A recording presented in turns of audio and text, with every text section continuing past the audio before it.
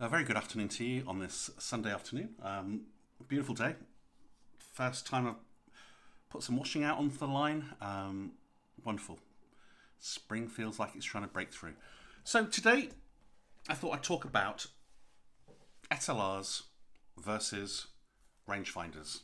Not which is best, because that's just a matter of preference, I believe.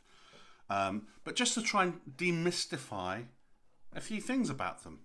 They are ostensibly both, well, these are both film cameras that take pictures. It's really that simple. They just do it in a slightly different way. And I think the overriding thing, the main difference when looking at these two cameras is that one, with the SLR, you're looking through the lens, or you're not when the lens cap is on. You're looking through the lens, so that's your viewfinder, which is directly in line with the lens. One, you're looking through the lens, and the other one, you're looking through a window, which is offset to the lens. Now, there are two different ways of seeing, basically. With the rangefinder, it literally is just a window. That's what you see. Yeah, that's your viewfinder. That's the glass window. And it's big, bright world. Nothing really changes. You can mess with your f-stops. You can mess with your focus. Nothing is moving or changing. It's a very clear, bright window, which a lot of people like. With the SLR, you are looking through, ostensibly, the lens, which means not only are you looking through all the glass in the lens, you are then, the light is coming in through the lens and then hitting a mirror at an angle, which, yeah, it's sort of, it's at that angle, sorry, which then bounces light up to a prism, this thing at the top, and then this prism bounces light through the viewfinder. So it's a series of reflective surfaces that is bringing the image into the viewfinder. That's kind of basically it. The rangefinder is a much sort of simpler, a much simpler way of viewing, I guess, because you're just literally looking through a glass window. There's nothing between you and it, basically. I'm just going to draw you a diagram here. It's just going to, just for the sake of clarity. So the basic concept behind an SLR camera is this. You have a lens.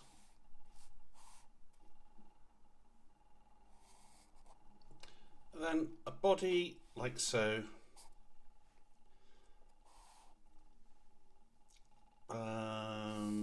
something like this, viewfinder,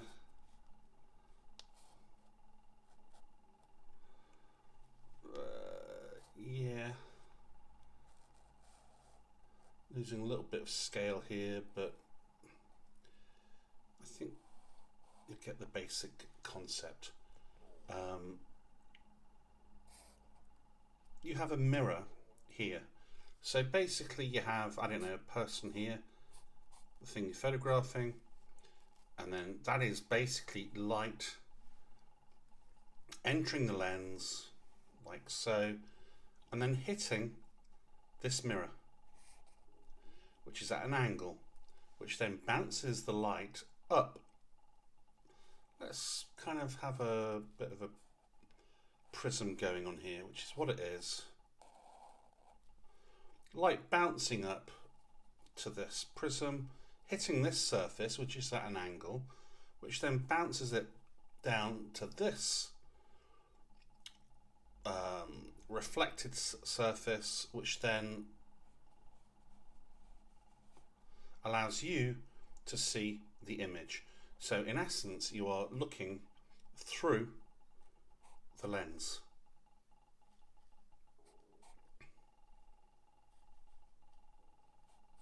and that is your eye. So you are looking through the lens. So you've got a number of elements of glass in this lens. You've got a mirror, you've got usually a very high quality prism, reflected surfaces. So that's the basic concept behind the SLR. Now, what happens with the rangefinder is that we do away with all this, with all that gubbins. It's a sort of far. The rangefinder, on the other hand, it's just a lot simpler, a lot simpler. It sounds a little bit complicated. I'm going to try and demystify that for you.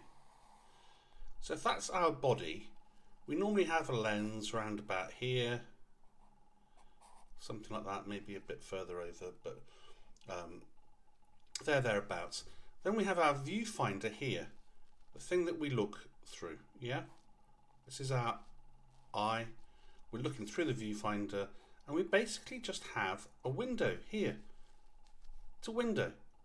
Now, the lens is not in line with the viewfinder as the SLR is, but that doesn't matter so much, because what we have here is a rangefinder window which lets light in, and we have a couple of mirrors here at an angle which produce a patch which then hits. It's like a beam splitter, I suppose. The mirror rotates as you focus. And so, look, if you take the top off any rangefinder, it is just extraordinarily simple. But basically what happens is that this is the sort of linkage, I suppose, to the focus, which then produces a patch which hits this part. So when you're looking at your subject matter, like so, you're seeing your subject matter here, coming in through the viewfinder, the piece of glass, no prisms here, but so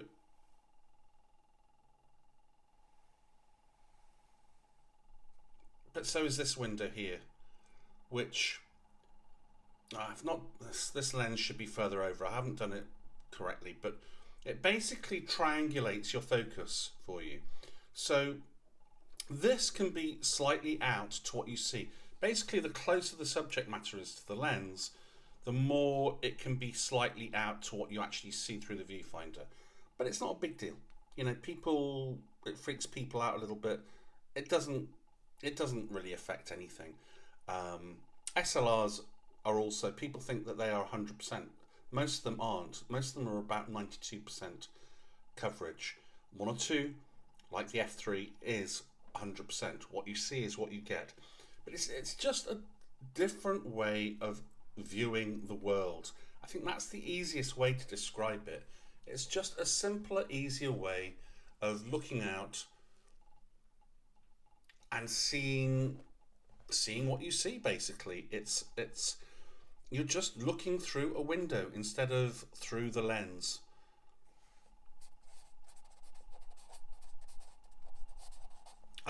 It's a very simple concept, and it works basically.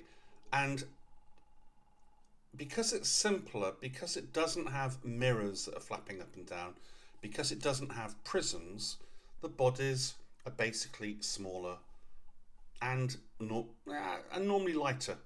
Not always, but usually lighter as well.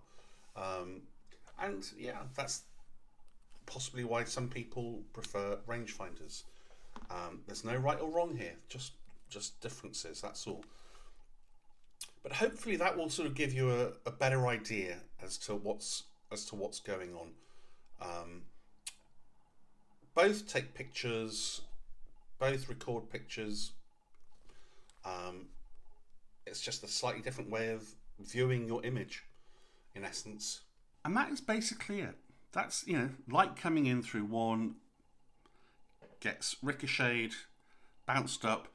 Get rid of all, you know, talk about the prism. I can actually show you on this one. This is the F3, the Nikon F3. That's your viewfinder that you look through the back.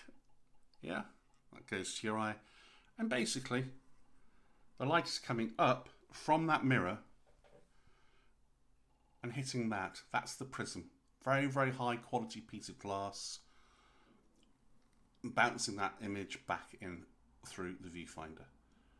So get rid of all the prisms and all the mirrors, all the gubbins that sits on top of an SLR, and you basically have a rangefinder.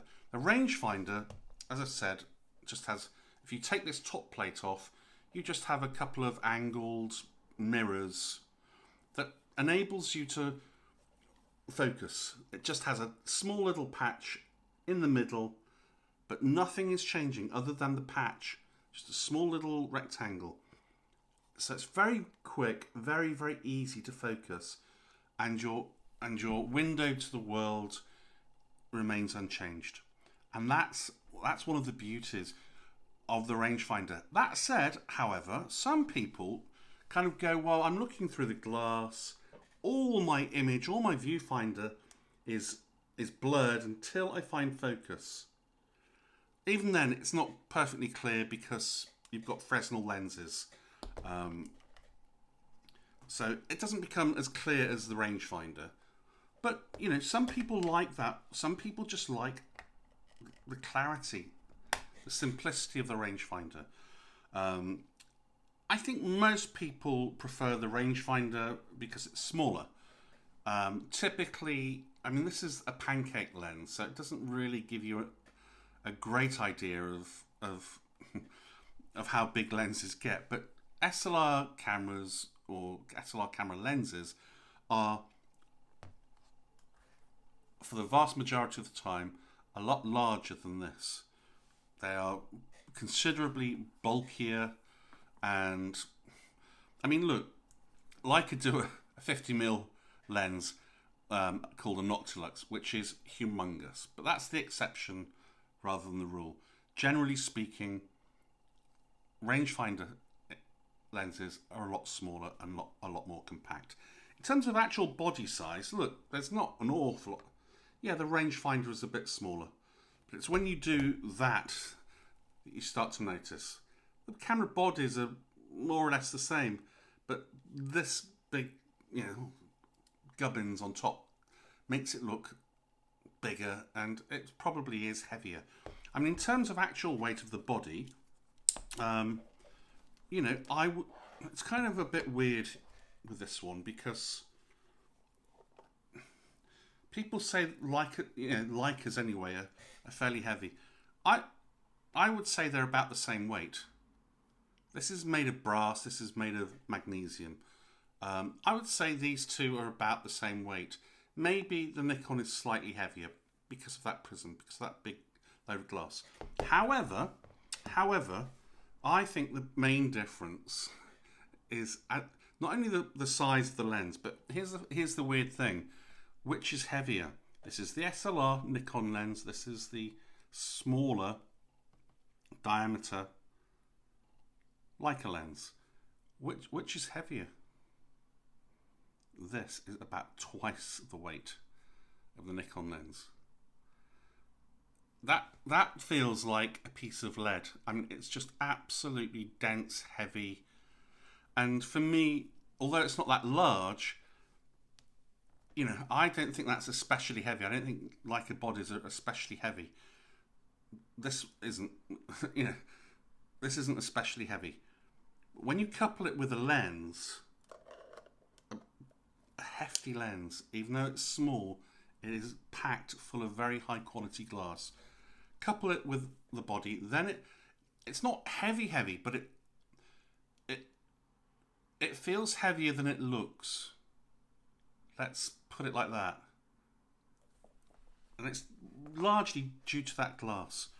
This is just a lot lighter. And don't get me wrong, this is a very very good quality lens. But it's just, it looks, I suppose it looks its weight. Whereas the Leica is a lot heavier than it looks. The lens, that is. Which is better? It's an absurd question, because it comes down to preference at the end of the day. Which do I prefer? I prefer this. That said, I still love this. I absolutely, I learned everything I know today on an SLR. And I will say, I think this is sort of a valid point. I've been using an SLR, I've been using this for 15 years, something like that. And when I went to the Rangefinder system, I spent a week feeling the Rangefinder freaked me out. No two ways of saying it. It didn't feel right. It didn't feel comfortable. I thought I'd made a mistake. I thought I'd invested in this camera, in this Rangefinder, and I thought, oh, what have I done? It just felt antiquated. It just, yeah. I didn't like it. It didn't feel right to begin with. But after about a week, that changed. I mean, it was like an epiphany or something. It was, I think what happened was that 15 years of muscle memory with this, everything felt just very, very, just right. And then for the first week, I think I was directly comparing it back to the F3. I was thinking, hey, look, I've got this really sexy shutter, and, that's like music to my ears. Just beautiful, beautiful, beautiful sound. And now I've got this.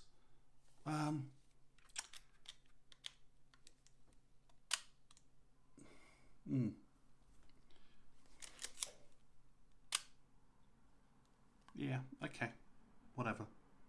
Just didn't sound as beautiful as just so lovely, so reassuring. One of the nicest sounds. The Rangefinder just seemed excuse me, I wasn't seeing through the lens, which I found really weird to begin with. I was loading the film, and I wasn't very good at loading the film. It didn't catch properly, and it all seemed a little bit peculiar. And then after a week, I think two things happened. I think one, I stopped comparing it. And during which time I also sort of built up some muscle memory for this. And then I also started asking myself, well, if it's got a quieter shutter, it might not sound as sexy, but actually it does, if not more so, because a quiet little leaf shutter is perfect. You don't want to draw attention to yourself. So that made sense. The Viewfinder, I just suddenly went from, I can't, what?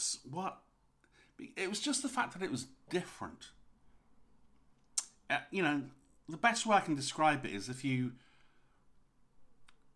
use a 35mm lens for 5 years, and then you treat yourself to a 50mm lens, the world is going to look like, it's going to look very claustrophobic all of a sudden. It's going to take a while for your brain to adjust to it.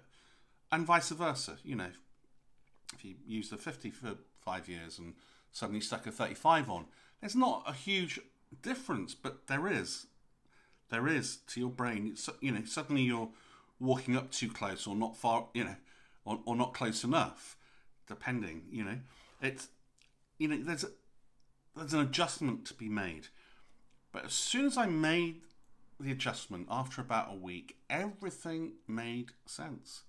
The clearer viewfinder, the fact that I haven't got a mirror slapping around and blacking out the image.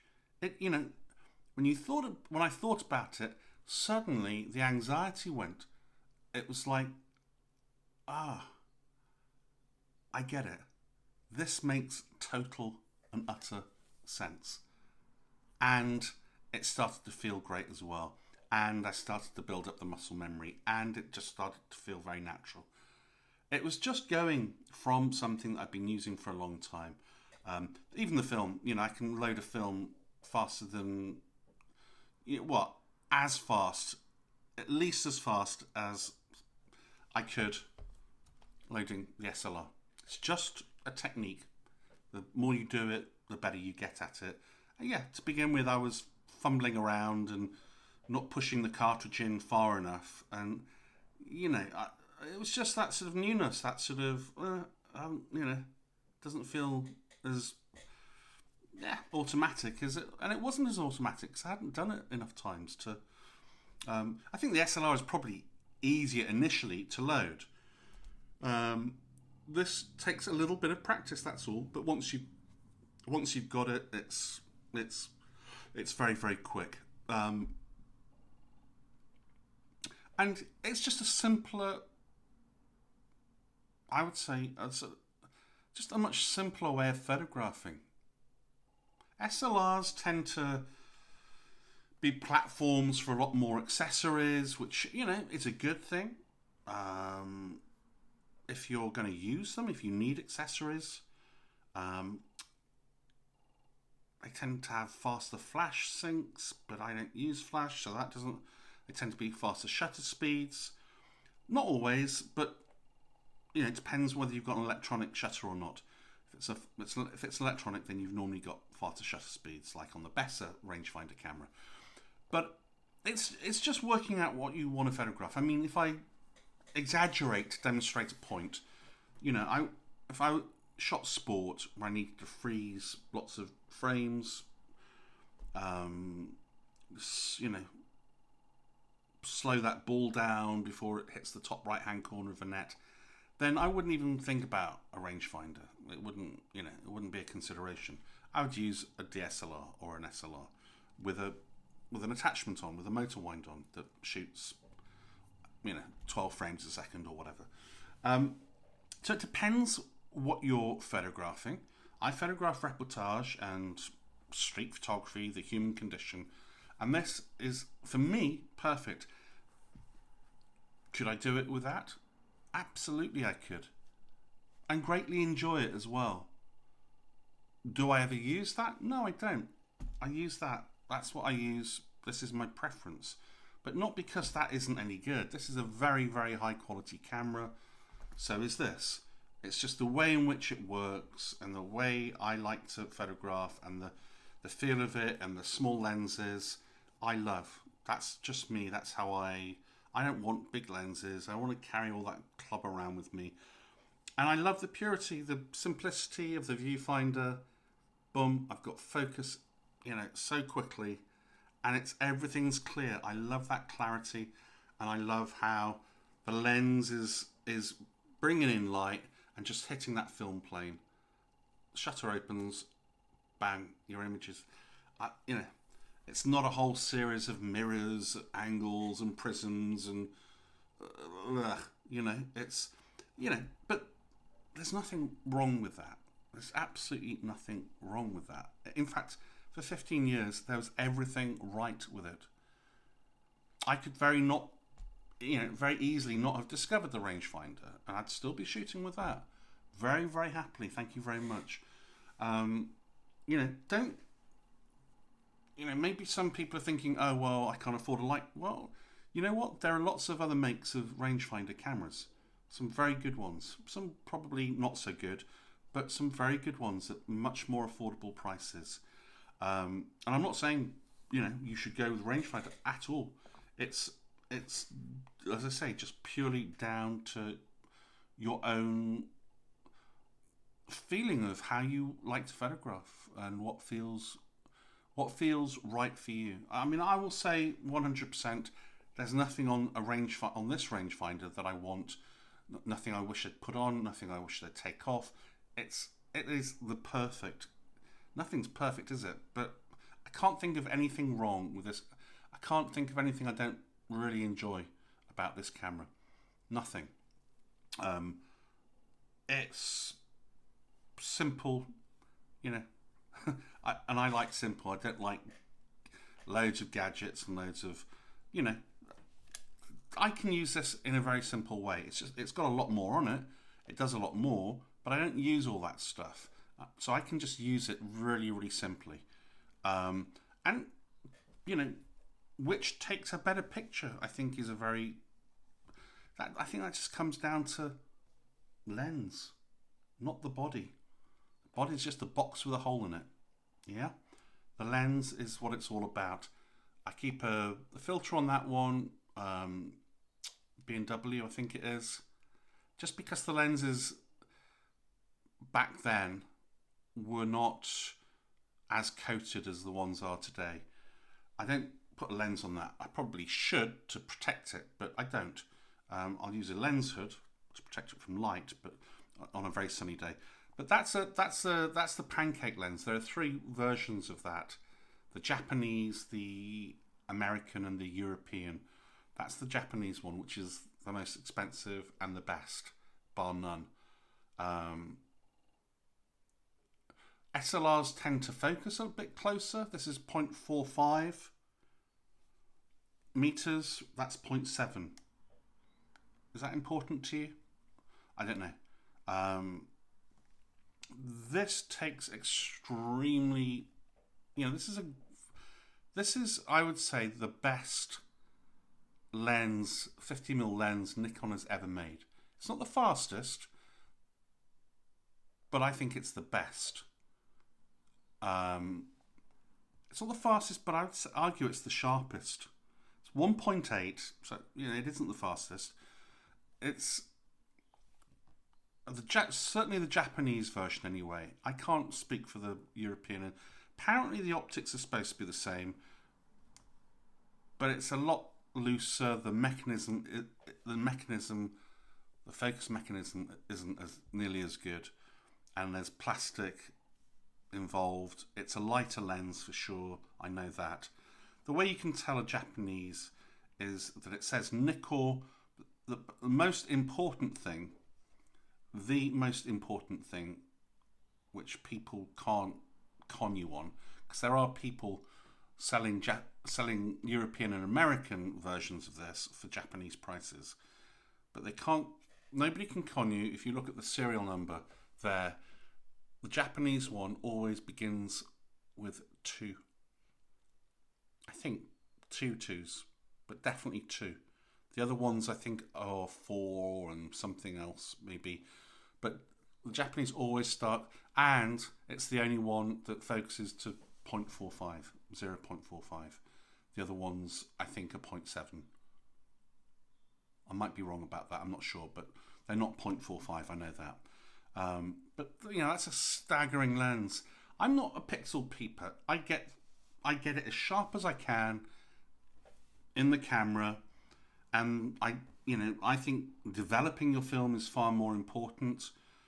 If you don't quite get focus, it doesn't bother me. I actually really quite like it. That sort of thing is all a bit anarchy for me. I don't want a sanitized image. I want an image on film that very often isn't perfect anyway, because you've got a bit of dust on the negative, or I even like that. For me, I do as best as I can to get focus. If I miss it, or something is moving too fast for the shutter speed that I've actually got at that moment, and I haven't got the time or opportunity to change that, I'm not remotely bothered. It doesn't keep me awake at all. I've got lots of images that have a little bit of movement, because the image was moving, and so it stands to reason. Why not film? Why not shoot it like that? Just to show that little bit of movement. It's not sharp because I haven't focused. The focus is wrong, but it's not sharp because there's a little bit of movement. But the image is sharp. If you look at the grain and everything else, it's blistering. But even if it were slightly out, it wouldn't bother me at all. Reportage is quick. You've got to be quick.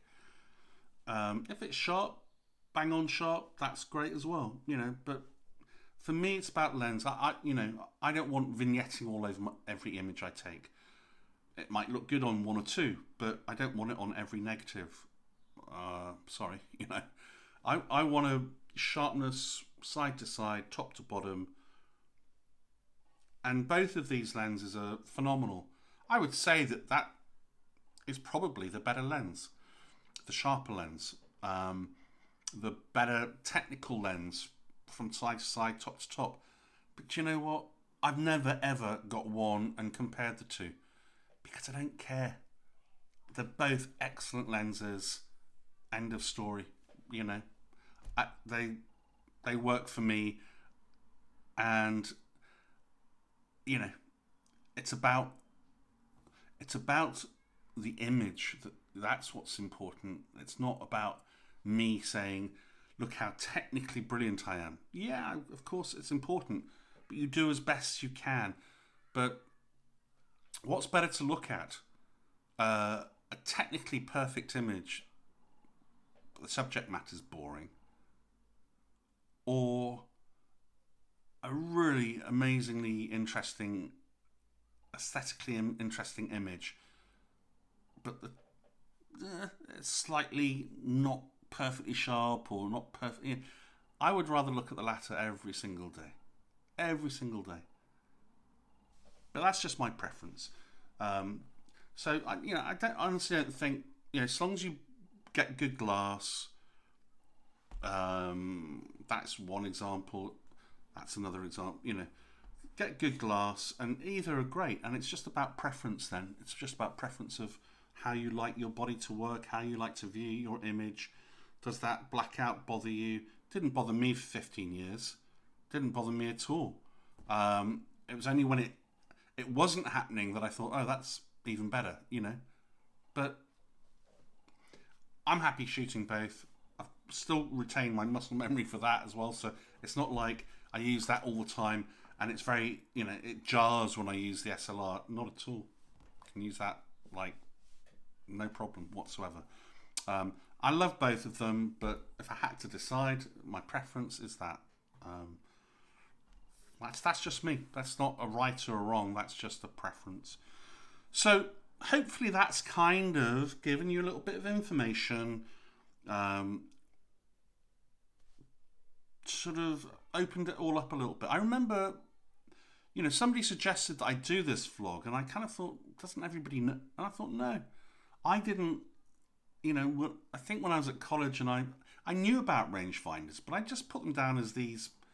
I just thought they looked a bit like old men's cameras or something. They just looked a bit old-fashioned, but I didn't really know much about them. It wasn't until later, and I kind of did a bit of research and what have you. And I just think it's good to, you know, it's good to have that information, good to be able to